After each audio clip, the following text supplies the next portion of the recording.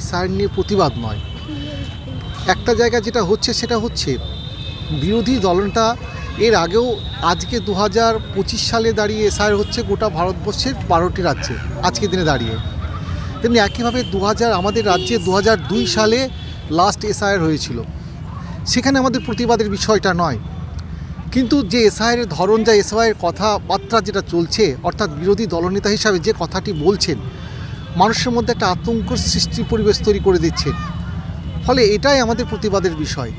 আমরা কোনো সময়ের জন্য এসআইআর বিরোধী ওই রকম নয় যে এসআইআর মানুষকে যে বক্তব্যটা পরিষ্কারভাবে বলছে যে এসআইআর করে যারা বহিরাগত অর্থাৎ রোহিঙ্গা এই যে টার্মটি ইউজ করছে বারবার, তাদেরকে আমরা দেশ থেকে তাড়াবো।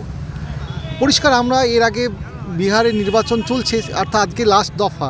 ফলে এর আগে যে এসআইআর হয়েছে বিহারের ক্ষেত্রে আমরা দেখেছি সেখানে কিন্তু রোহিঙ্গা কই দেখতে পাইনি। ওখানে একইভাবে বলেছিল অনুপ্রবেশকারী রোহিঙ্গা বাতিল হবে। আমাদের সরকার তৃণমূল কংগ্রেসে আমাদের নেত্রী মমতা ব্যানার্জি, আমাদের নেতা অভিষেক ব্যানার্জি শুধু পরিষ্কারভাবে বলেছে আমরা তৃণমূল কংগ্রেস প্রত্যেক কর্মীরা প্রত্যেকটা মানুষের পাশে আছে, যে আমরা যারা আইনিভাবে লড়াই করতে পারবেন না, ফলে তারাও আমরা তাদের পাশে থাকব। কি করতে বলেছে আমাদের দল পরিষ্কার নির্দেশ দিয়েছে যে যতগুলো ভোটার আছে প্রত্যেককে আমাদের ফর্ম ফিল আপটা করতে বলেছে। সেটা তৃণমূল কংগ্রেসের কর্মী হিসাবে আমরা মাঠে ময়দানে থেকে সেই ফর্ম ফিল আপটা আমরা করছি।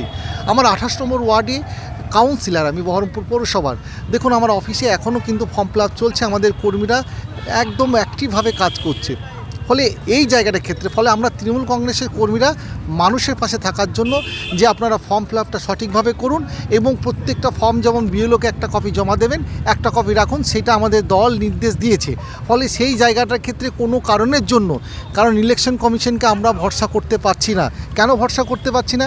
যে সমস্ত রাজ্যের ক্ষেত্রে আমরা দেখেছি এসআইআর করেছে, যখন যে রাজ্যে নির্বাচনে যেমন ভোটারের প্রয়োজন হয়েছে সেক্ষেত্রে কোথাও ভোটার বাড়িয়েছে, কোথাও ভোটার কমেছে।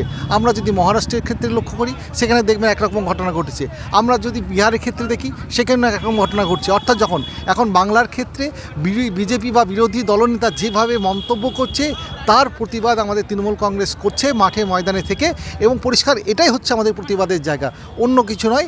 আমরা এসআইয়ের বিরুদ্ধে নয়, এসআইয়ের অবশ্যই হবে, এসআইয়ের আগেও আমরা চেয়েছি, কোনো অসুবিধা নেই। কিন্তু এসআইয়ের যে পদ্ধতিটা বারবার বলছে বিরোধী দলনেতা বা বিজেপি দল যেভাবে বলছে, তার বিরুদ্ধে তৃণমূল কংগ্রেস মাঠে ময়দানে আছে।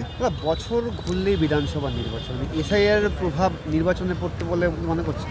না, অ্যাকচুয়ালি সত্যি কথা, আমরা তৃণমূল কংগ্রেস কর্মী যারা আমরা একদম পরিষ্কারভাবে আমরা কিন্তু এসআইয়ের উপর নির্ভর করে না। কারণ আমাদের নেত্রী সারা বছর মানুষের পাশে থাকার চেষ্টা করে, সেটা কার মাধ্যমে? উন্নয়নের মধ্য দিয়ে। আমরা ভুলভাল প্রতিশ্রুতি নয়, যে প্রতিশ্রুতি যেটা নেত্রী এতদিন পর্যন্ত দিয়েছে প্রত্যেকটা কাজ কিন্তু বাংলার মানুষ পেয়েছে এবং বাংলার মানুষকে পাইয়ে দেওয়ার চেষ্টা করেছে তৃণমূল কংগ্রেসের কর্মীরা। ফলে আমরা এসআইআর হলো কি অন্য কি হলো আমরা সেটার উপর দাঁড়িয়ে নয়। মমতা ব্যানার্জি সর্বদা বিশ্বাস করেন মানুষকে উন্নয়নের ক্ষেত্রে। আমি এর আগে অনেকবার খতিয়ান দিয়েছি, আমরা যদি ধরুন স্বাস্থ্যসাথী কার্ড এর কথা যদি বলি, স্বাস্থ্যক্ষেত্রে দেখবেন একটা মানুষ পরিষেবা প্লেন একটা স্বাস্থ্যসাথী কার্ডের কথা যদি বলি, সেই স্বাস্থ্যসাথী কার্ড কিন্তু যে মানুষ যেভাবে পরিষেবা পায় অকল্পনীয়। অর্থাৎ আমরা আজকের দিনে দাঁড়িয়ে আমরা বলছি 4.25 কোটি পরিবার, অর্থাৎ প্রায় 8.72 কোটি মানুষ কিন্তু স্বাস্থ্যসাথী কার্ড ব্যবহার করে এবং পার ডে 17,000 মানুষ কিন্তু স্বাস্থ্যসাথী কার্ডের পরিষেবা পায়। ফলে এইরকমভাবে আমি বিভিন্ন জায়গায় যদি আপনি বলুন, প্রত্যেকটা জায়গায় এই স্বাস্থ্যসাথী বলতে লাগলে শেষ হবে না। স্বাস্থ্যসাথীর ক্ষেত্রে এরকম যে কোনো উন্নয়নের ক্ষেত্রে প্রত্যেকটা জায়গায় চলতে থাকবে। ফলে আমরা সেই জায়গায় দাঁড়িয়ে আমরা উন্নয়নকে বিশ্বাস করি। এসআইআর বা এনআরসি বা এরকম কী করলো সেটা আমরা বিশ্বাসী নয়। নেত্রী সবসময় মানুষকে ভালোবাসেন, কোনো সম্প্রদায় নয়, মানুষকে ভালোবাসেন, মানুষের পাশে থাকার চেষ্টা করেন।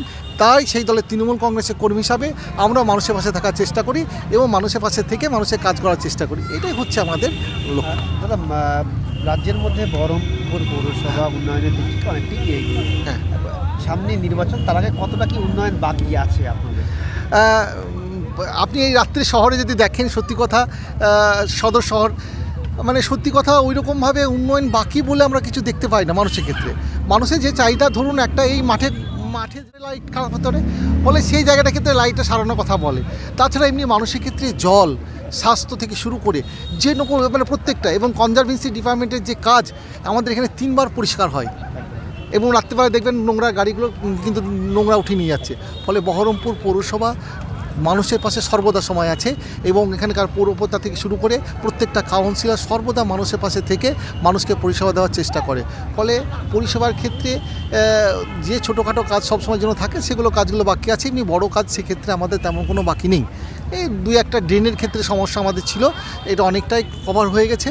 আশা করি সামনে বছর বর্ষা আস্তে আস্তে বাকি দু একটা যে ড্রেনের সমস্যা আছে সেটাও মিটে যাবে। এটা কি নাম আপনার? আবুল কাউসার, কাউন্সিলর বহরমপুর পৌরসভা।